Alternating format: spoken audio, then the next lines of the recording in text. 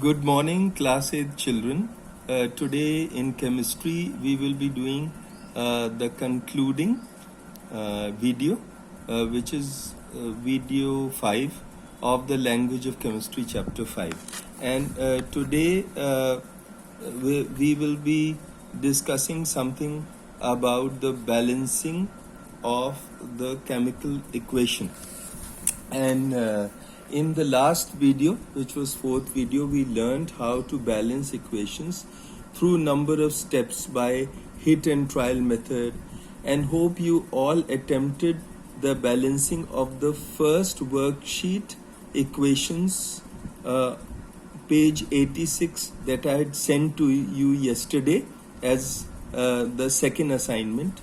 And you also must have tallied your answers with the answers that I had sent in the solve sheet yesterday around 11 a.m. Today, let us continue with another example of balancing an equation.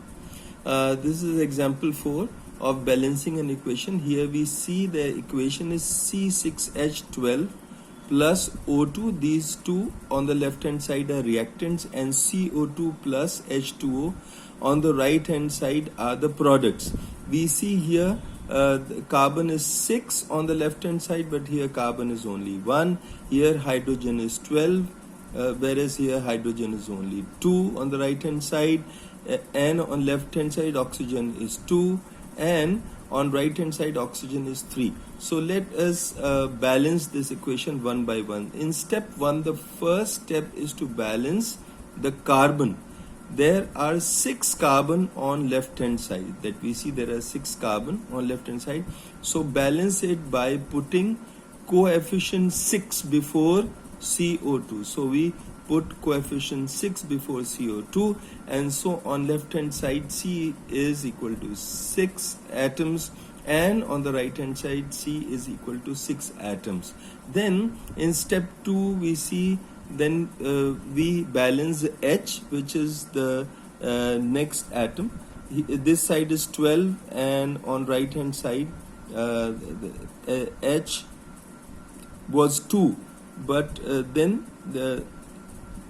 we put 6 before H2O. So when we put 6 before H2O, we have now 6 2s are 12. So a number of hydrogen atoms are 12 on right hand side, which is equal to the hydrogen atoms 12 on left hand side.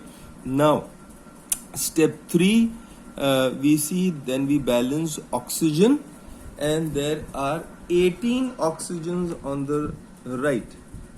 If you see this side, there are 18 oxygen on the right, so we put 9 before O2. So here it becomes 9 O2, and here again we see that oxygen is balanced on either side. On left hand side it's 9 2s are 18 oxygen, and here it is 6 2s are 12 plus 6 1s are 6, again 18 oxygen on the right hand side. Thus the balance equation becomes C6H12 plus 9O2, which on reaction gives product 6 CO2 plus 6 water molecules. There are several limitations, children, or drawbacks of a chemical equation. The chemical equation does not show the following things by itself: the physical state of the reactants and products, whether they are solids or they are liquids or gases. This is not depicted in an equation. Likewise, the drawback in a simple balanced equation is whether the reaction is reversible. We don't know by the arrow that is facing forward whether the reaction is reversible. Then the third drawback is which conditions are necessary for the reaction to occur. What are the concentrations of the solutions of reactants and products? How much are the reactants and how much are the products? These are not mentioned if the equation is left unbalanced.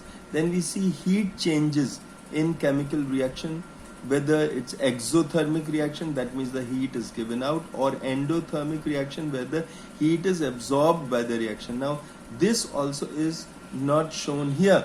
Then we see whether any gas is evolved or not. That also has to be shown by either writing a small g within brackets next to the molecule, or we show the upward facing arrow.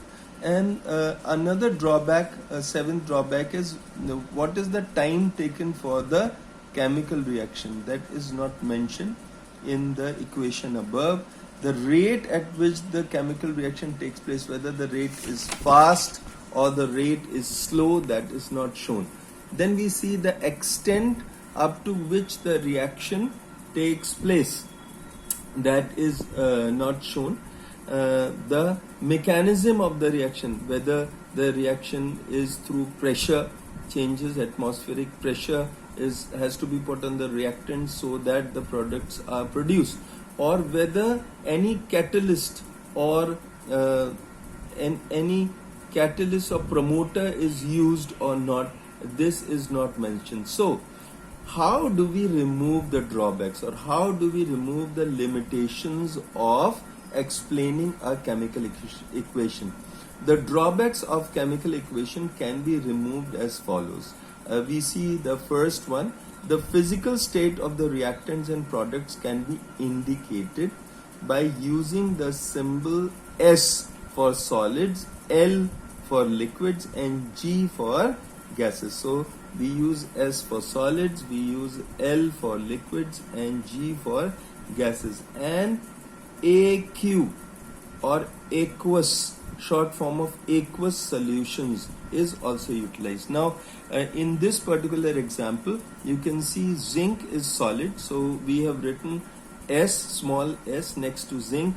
Then HCl is liquid, it's an acid, hydrochloric acid is in liquid form, so we have written small l.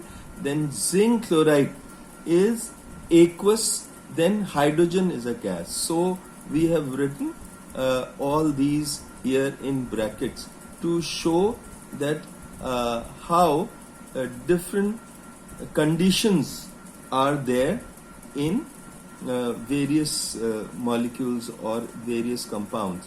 Then the conditions necessary for reaction to occur are represented along the arrow between the reactants and products. If we have to show that heat is to be produced, then we show here iron, which is a solid, and sulfur, which is another solid, and over the arrow we show that in this reaction the condition is heat.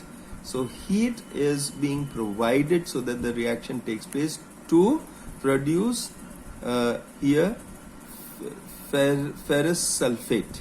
Now here in the third one, the concentrations of the solution of reactants can be indicated by writing dilute or writing concentrated for concentrated solutions. For example, in this particular equation,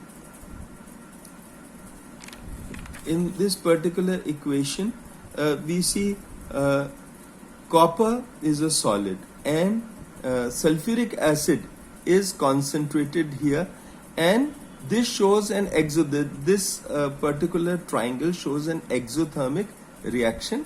Then we see that the products that are produced, copper sulfate is aqueous in nature. Then we see sulfur dioxide produced here is a gas, so we have written a small g here. Then with water we have written L because here the water is in liquid form. So we see here that the concentration can be shown by either dilute or concentrated. Let us look at the fourth one. The heat changes during a reaction are indicated by writing plus Q kilojoules. That means this much heat is being given out, or minus Q kilojoules, the heat being absorbed along with the products for exothermic and endothermic reactions respectively, or actual value of heat energy can also be written.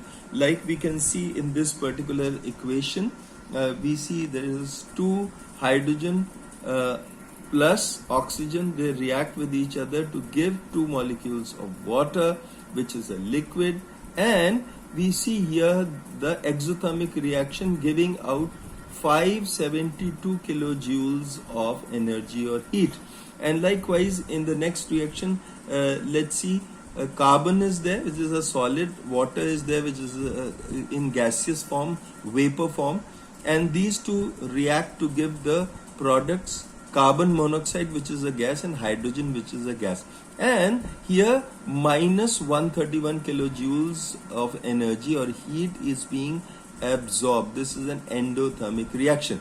Now let us look at the fifth point. The evolution of a gas can be indicated by putting an arrow pointing upwards. Whenever gas is coming out, it can be shown by pointing arrow. Like in this particular reaction, hydrogen gas is being given out as a product, so we show the upward facing arrow.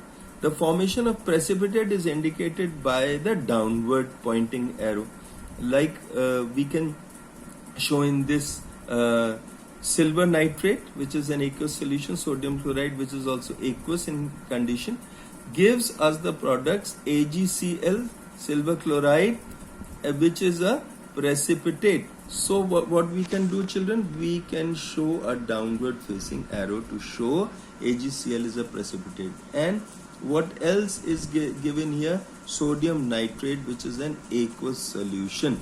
Then in the seventh point, how we can remove the drawbacks of chemical equation. In case of reversible reaction, we use the double-headed arrows, half of it facing forward, half of it facing backwards, to show it between the reactants and products. Like in this equation, N2 plus O2, these two gases are reacting together at the temperature of 3000 degrees Celsius. And because this is a reversible reaction, in the reversible reaction, the reactants, they form the product nitrogen monoxide, and nitrogen monoxide again dissociates in the reversible reaction to produce nitrogen and oxygen gases.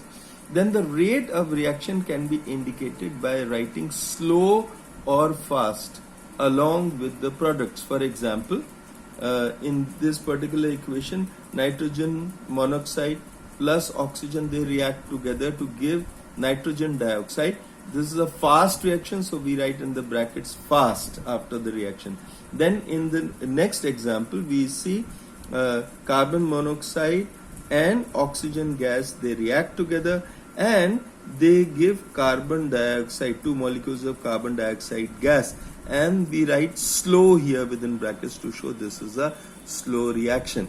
So with this, we have completed this particular chapter. This was the concluding video 5 of this chapter, and soon I will be sending you the assignment. Most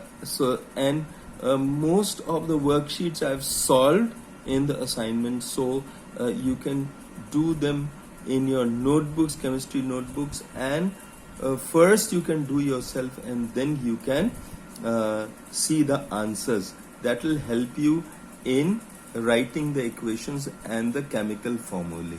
So children, wish you all the best for today. Thank you.